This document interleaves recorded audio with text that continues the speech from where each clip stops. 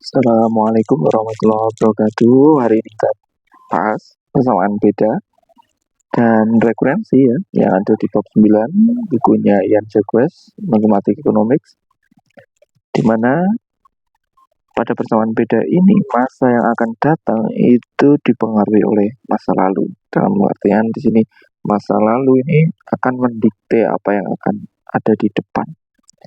Jadi kita memodelkan perubahan hari ini itu dipengaruhi oleh perubahan hari lalu. Mungkin teman-teman sudah ada kenal samaan Fibonacci,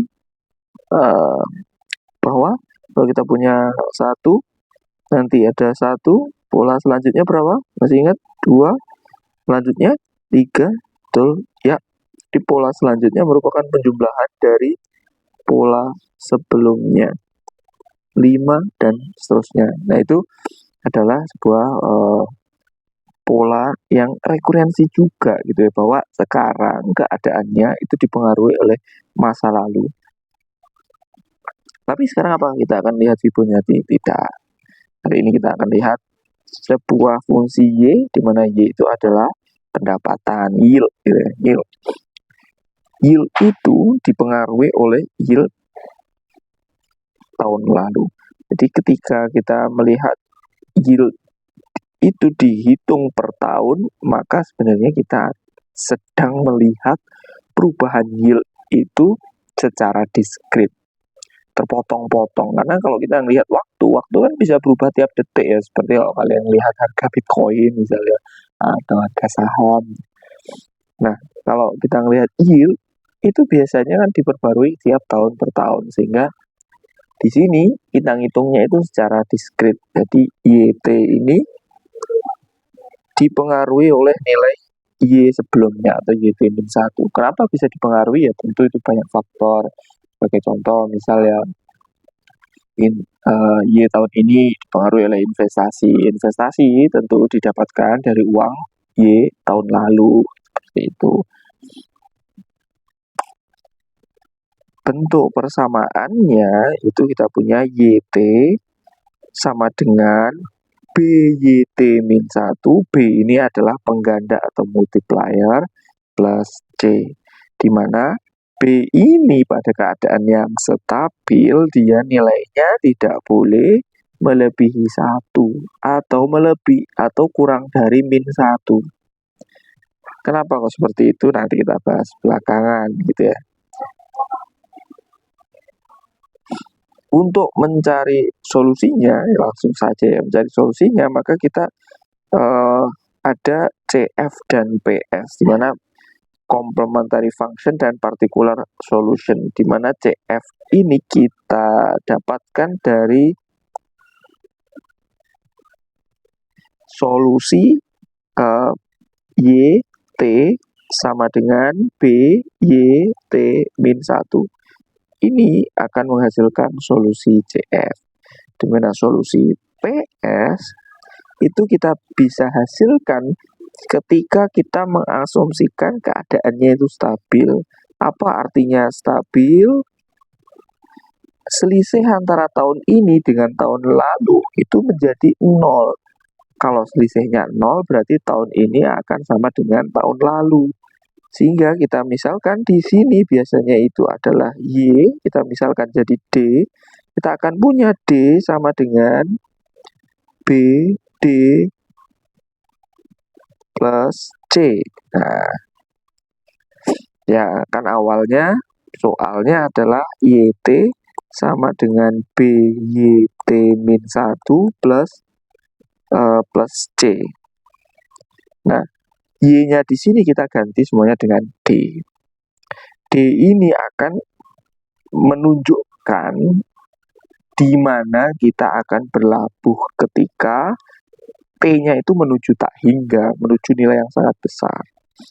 Nah, di sini kalau kita lihat D-nya bisa kita pindah ruas ke kiri semua. D min BD sama dengan C. Ini bisa kita keluarkan D-nya jadi D kali 1 min B, kita faktorkan, maka kita peroleh D-nya C per 1 min B.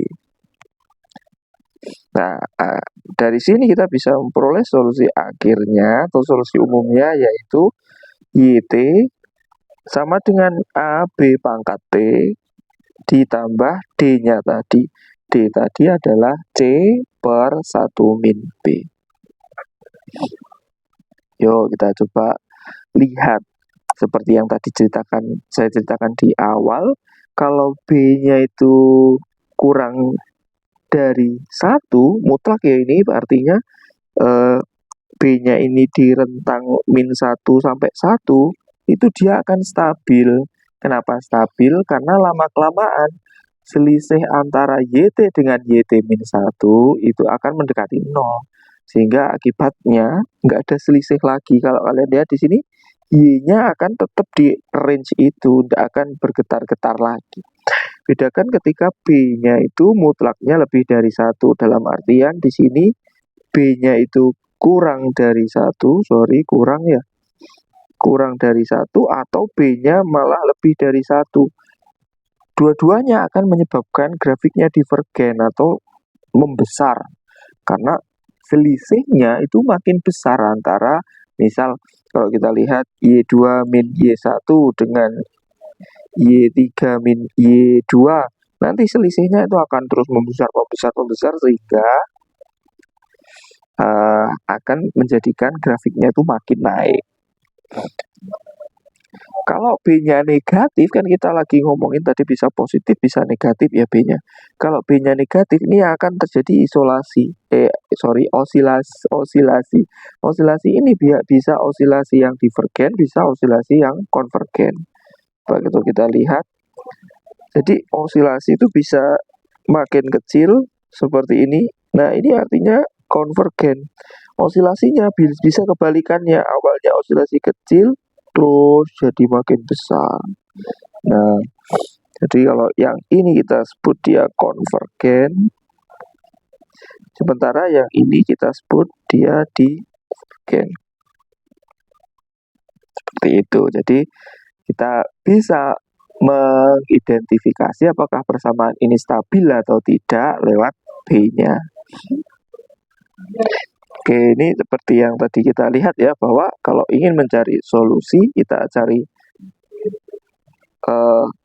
ini dari apa tadi? CF dan PS.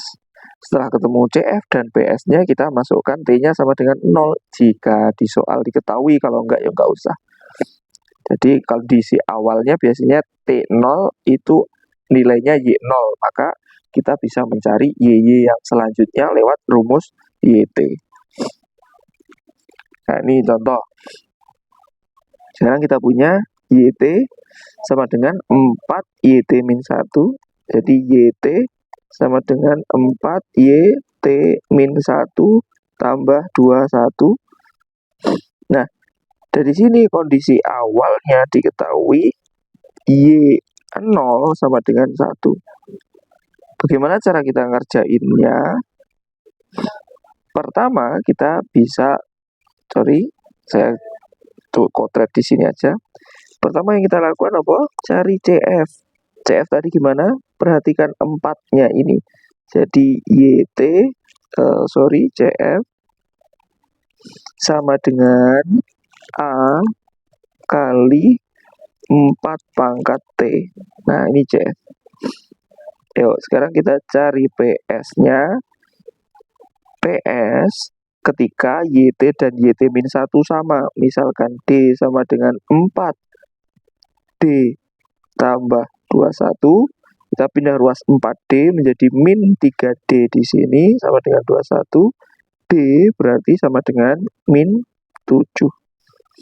Nah, sudah ketemu CF dan PS, maka solusinya YT sama dengan penjumlahan keduanya A kali 4 pangkat T ditambah min 7. Nah, sekarang A-nya nyarinya dari mana? Kita substitusi T sama dengan 0. Nanti akan didapatkan Y0. Jadi Y0 sama dengan A kali 4 pangkat 0 ditambah min 7. Sehingga di sini Y0-nya tadi 1 sama dengan 4 pangkat 0 1 ya. A kali 1 min 7. Sehingga A-nya akan ketemu 1 tambah 7, 8. Jadi sekarang kita punya solusinya, yaitu YT sama dengan A-nya tadi 8, 4 pangkat T tambah min 7. Nah, ini yang kita cari. Oke. Silahkan sekarang untuk lebih jelasnya, nah, kalian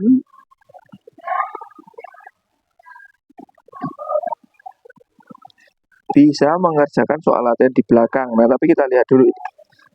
Kalau kita lihat di sini hasilnya tadi ini ya. Hasil ini B-nya berarti kan tadi 4 ya. B-nya 4. Artinya dia divergen atau tidak stabil karena nilainya akan terus membesar. Selisihnya akan terus membesar. Nah, jadi kita sudah ketemu persamaannya, kita bisa mengecek apakah kestabilannya itu stabil atau tidak. Nah, sekarang silakan dicoba soal berikut. Ketika YT sama dengan 2 min 2 YT min 1 tambah 9, Y0 nya sama dengan 4.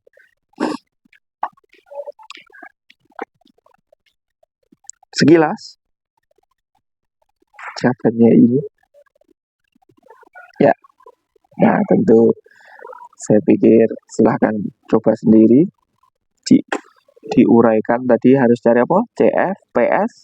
Setelah CF, PS ketemu ditambah. Setelah ditambah apa? Masukkan nilai Y0. Nah, jadi kalau kita ringkas ya bahwa hari ini kita telah mempelajari persamaan beda di mana ada rekurensi atau rantai masa lalu, bahwa YT itu terpengaruh atau dipengaruhi oleh YT-1. Solusi itu ada dua hal, yaitu steady state ditambah deviasi seperti yang tadi kita lihat CF dan PS. Dan untuk mengecek kestabilannya kita perhatikan nilai B-nya. Baik, saya kira itu yang bisa kita bahas buat hari ini. Terima kasih banyak semua yang sudah menonton. Assalamualaikum warahmatullahi wabarakatuh.